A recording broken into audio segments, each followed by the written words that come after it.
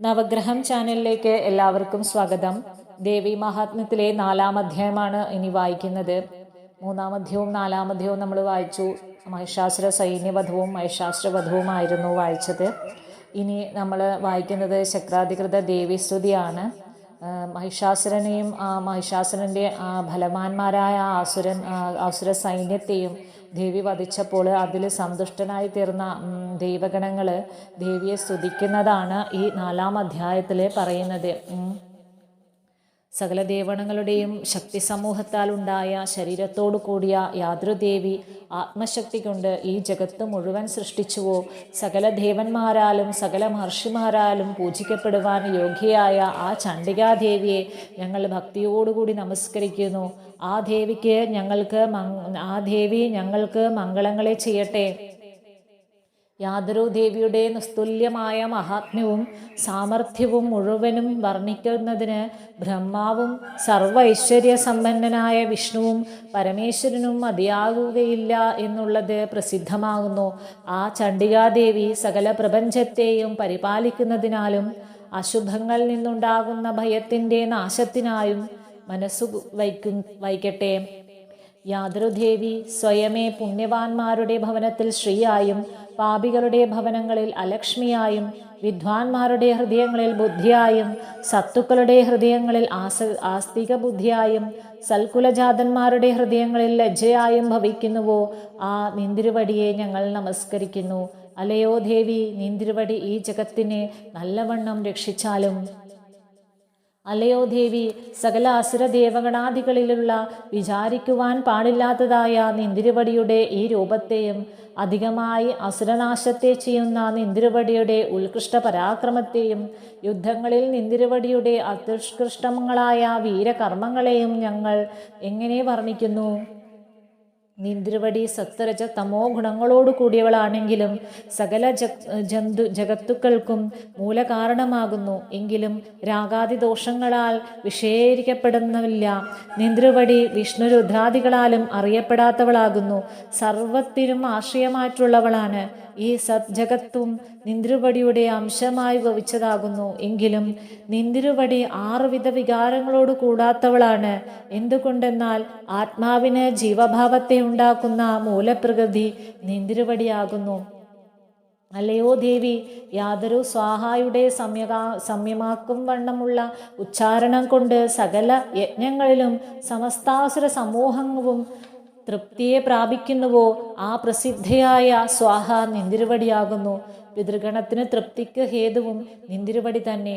അത് ഹേതുവായിട്ട് തന്നെയാണ് ജനങ്ങൾ പിതൃകർമ്മങ്ങളിൽ നിന്തിരുവടിയെ സ്വധ എന്ന് ഉച്ചരിക്കുന്നത്. അല്ലയോ ദേവി, രാഗാദി സമസ്ത ദോഷങ്ങളും നശിച്ചവരായി ജിതേന്ദ്രിയന്മാരായി ബ്രഹ്മതത്വം സാരമുള്ളവരായി മോക്ഷാർത്ഥികളായിരിക്കുന്ന മുനിമാരാൽ യാതൊരു വിദ്യ അഭ്യസിക്കപ്പെടുന്നുവോ മോക്ഷത്തിന് കാരണമായി വിചാരിക്കുവാൻ പാടില്ലാത്ത മഹാവ്രതങ്ങളോട് കൂടിയതായി ബ്രഹ്മവിഷയമായി പ്രകൃഷ്ടമായിരിക്കുന്ന ആ വിദ്യ നിന്തിരുവടിയാകുന്നു.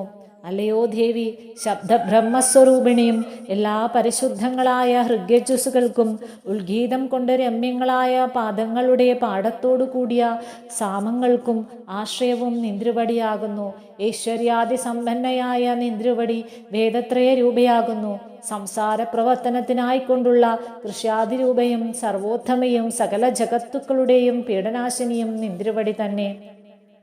അല്ലയോ ദേവി, നിന്തിരുവടി അറിയപ്പെട്ടിരിക്കുന്ന എല്ലാ ശാസ്ത്രതത്വങ്ങളോടും കൂടിയ ധരിക്കുന്നതിന് സാമർഥ്യമുള്ള ബുദ്ധിയായും കടക്കാൻ പാടില്ലാത്തതായ സംസാര സമുദ്രത്തിന് ഒരു തോണിയായിട്ട് അതിഥിയായിരിക്കുന്ന ദുർഗയായും ഭവിക്കുന്നു.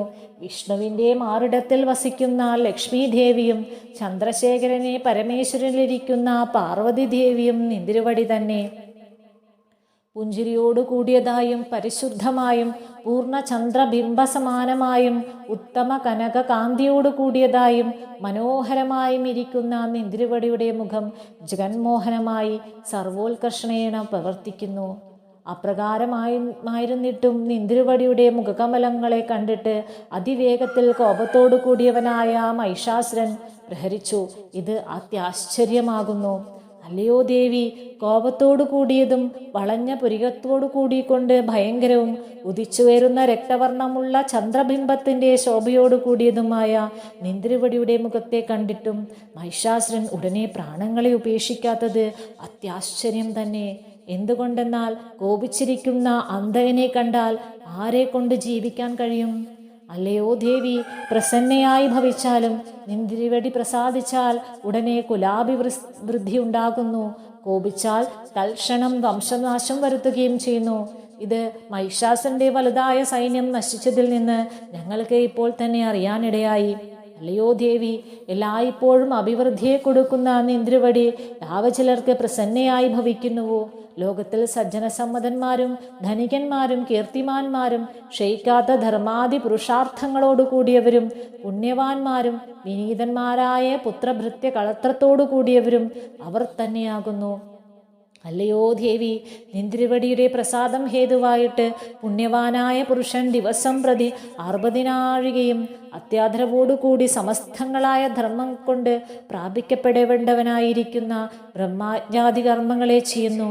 തന്നിമിത്തം സ്വർഗത്തെയും മോക്ഷത്തെയും പ്രാപിക്കുന്നു. അതിനാൽ അലയോ ദേവി, നിന്തിരുവടി 3 ലോകത്തിലും ഫലത്തെ കൊടുക്കുന്നവളാകുന്നു, സംശയമില്ല.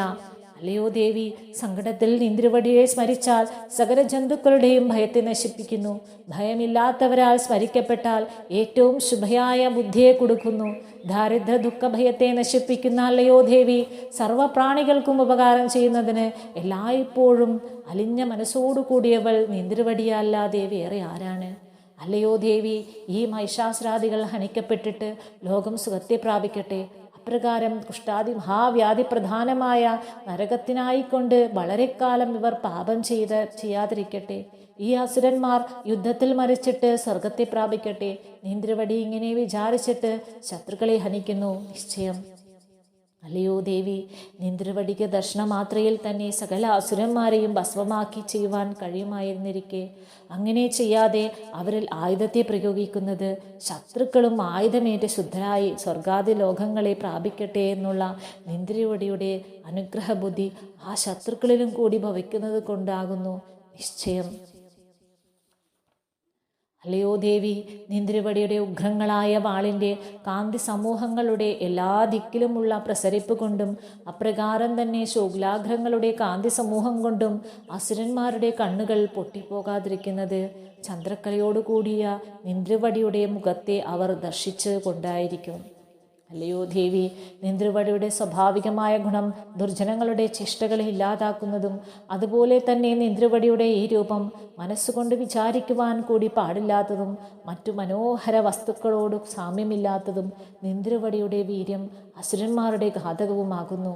ഇപ്രകാരം നിന്തിരുവടി ശത്രുക്കളിലും കൂടി കൃപ പ്രകാശിപ്പിച്ചിരിക്കുന്നു, നിശ്ചയം. ഭക്തന്മാർക്ക് വരങ്ങളെ എല്ലാം ദാനം ചെയ്യുന്ന അല്ലയോ ദേവി, നിന്തിരുവടിയുടെ ഈ പരാക്രമത്തോട് ഉപമിക്കാത്തതായി യാതൊരു വസ്തുവുമില്ല. ശത്രുക്കൾക്ക് ഭയത്തെ ഉണ്ടാക്കുന്നതും ഭക്തന്മാർക്ക് അതിമനോഹരവുമായ ആ രൂപം നിന്തിരുവടിക്കല്ലാതെ വേറെയില്ല. മനസ്സിൽ ദയയും യുദ്ധത്തിൽ ക്രൂരതയും 3 ലോകങ്ങളിലും നിന്തിരുവടിയിൽ മാത്രം കാണപ്പെടുന്നു. അല്ലയോ ദേവി, ഈ ത്രൈലോക്യം മുഴുവനും ശത്രുനാശം ഹേതുവായിട്ട് നിന്തിരുവടിയാൽ രക്ഷിക്കപ്പെടട്ടെ. ശത്രുഗണങ്ങൾ ശുദ്ധഭൂമിയിൽ ഹനിക്കപ്പെട്ടിട്ട് അവർ സ്വർഗം പ്രാപിക്കട്ടെ. വളരെ വർദ്ധിച്ച അഹങ്കാരത്തോടു കൂടി അസുരന്മാരിൽ നിന്നുണ്ടായ ഞങ്ങളുടെ ഭയവും നശിപ്പിക്കപ്പെട്ടു. അല്ലയോ ദേവി, നിന്തിരുവടി ശൂലായുധം കൊണ്ട് ഞങ്ങളെ രക്ഷിച്ചാലും അല്ലയോ അംബികെ, വാൾ കൊണ്ടും മണിനാഥം കൊണ്ടും വില്ലിൻ്റെ ഞാണൊലി കൊണ്ടും ഞങ്ങളെ രക്ഷിച്ചാലും അല്ലയോ ഈശ്വരി, നിന്തിരുവടിയുടെ ശൂലായുധത്തിൻ്റെ ചുറ്റിക്കൽ കൊണ്ട് കിഴക്കേ ദിക്കൽ ഞങ്ങളെ രക്ഷിച്ചാലും അപ്രകാരം പടിഞ്ഞാറ് തെക്ക് വടക്ക് ഈ ദിക്കുകളിലും രക്ഷിച്ചാലും അല്ലയോ ദേവി, 3 ലോകങ്ങളിലും നിന്തിരുവടിയുടെ സൗമ്യങ്ങളായ ഏറ്റവും ഭയങ്കരങ്ങളായുമുള്ള ഏതേത് രൂപങ്ങൾ വിശേഷേണ സഞ്ചരിക്കുന്നുണ്ടോ അതാത് രൂപങ്ങളെ കൊണ്ട് ഞങ്ങളെയും അതുപോലെ തന്നെ ഭൂലോകത്തെയും രക്ഷിച്ചാലും അല്ലയോ ദേവി, നിന്തിരുവടിയുടെ പല്ലവങ്ങൾ പോലെ ആയിരിക്കുന്ന കൈകളിൽ ചേർന്നിരിക്കുന്ന വാൾ, ശൂലം, ഗദ മുതലായ ആയുധങ്ങളെ കൊണ്ടും അസ്ത്രങ്ങളെ കൊണ്ടും നിന്തിരുവടി എല്ലായിടത്തും ഞങ്ങളെ രക്ഷിച്ചാലും ഇപ്രകാരം ജഗന്മാതാവായ ദേവി ദേവന്മാരാൽ സ്തുതിക്കപ്പെട്ടു. ദിവ്യങ്ങളായി നന്ദനോദ്യാനത്തിൽ ഉണ്ടായവയായിരിക്കുന്ന കുസുമങ്ങളെ കൊണ്ടും അപ്രകാരം ദിവ്യങ്ങളായ സുഗന്ധദ്രവ്യങ്ങളെ കൊണ്ടും അംഗരംഗങ്ങളെ കൊണ്ടും ആരാധിക്കപ്പെടുകയും ചെയ്തു. എല്ലാ ദേവന്മാരാലും ഭക്തിയോടുകൂടി ദിവ്യങ്ങളായ ധൂപങ്ങളെ കൊണ്ട് നല്ലവണ്ണം ധൂപിക്കപ്പെട്ടവളായ ദേവി പ്രസന്നവദനയായിട്ട് നമസ്കരിച്ചു കൊണ്ടിരിക്കുന്ന ആ ഇന്ദ്രാദി സകല ദേവന്മാരോടുമായിട്ട് പറഞ്ഞു, അല്ലയോ സകലമാന്മാരായ ദേവന്മാരെ, എങ്കിൽ നിന്ന് നിങ്ങൾക്ക് യാതൊരു ഇഷ്ടവരത്തെ ആഗ്രഹിക്കുന്നുവോ അതിനെ ഞാൻ തരാം, നിങ്ങൾ ചോദിച്ചു കൊള്ളൂ. അപ്പോൾ ദേവന്മാർ പറയണം, ഞങ്ങളുടെ ശത്രുവായ മഹിഷാസുരനെ വധിച്ചത് നിമിത്തം ഭഗവതി ആയ നിന്ദ്രവടി ഞങ്ങൾക്ക് ചെയ്യേണ്ടത് സർവവും ചെയ്തു കഴിഞ്ഞിരിക്കുന്നു. ഇനി ഒന്നും തന്നെ ചെയ്യേണ്ടതായിട്ടില്ല. അല്ലയോ മഹേശ്വരി, നിന്ദ്രവടി ഇനിയും ഞങ്ങൾക്ക് വരം തരണമെന്ന് വിചാരിക്കുന്നു എങ്കിൽ ഞങ്ങൾ നിന്ദ്രവടിയെ സ്മരിക്കുമ്പോഴെല്ലാം ഞങ്ങളുടെ അത്യാപത്തുകളെ നശിപ്പിച്ചാലും.